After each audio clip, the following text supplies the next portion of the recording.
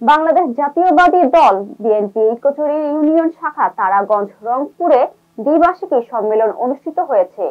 প্রতিনিধি জিয়াউল ইসলাম জিয়াম আইটিভি বাংলাকে জানিয়েছেন, জমকালো অনুষ্ঠানের মধ্য দিয়ে রংপুর তারাগঞ্জ উপজেলার বিএনপির উদ্যোগে দ্বিবার্ষিকী সম্মেলনটি অনুষ্ঠিত হয়েছে।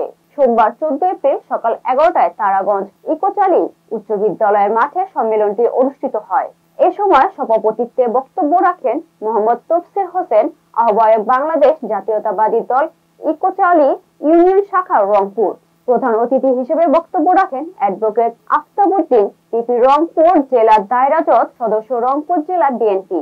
এ সময় আরো শুভেচ্ছা বক্তব্য রাখেন বিএনপির জেলা নির্বাচন পরিচালনা কমিটির কেন্দ্রীয় সাংগঠনিক সম্পাদক মঈনুদ্দিন, নির্বাচন পরিচালনা কমিটির সদস্য জিয়া সহ তারাগঞ্জ বিএনপি ও সহযোগী অঙ্গ সংগঠনের নেতৃবৃন্দ। পরে প্রথম অধিবেশন শেষে দ্বিতীয় অধিবেশনে কাউন্সিলর ভোটে সভাপতি, সেক্রেটারি ও সাংগঠনিক সম্পাদক পদে নির্বাচিত করা হয়।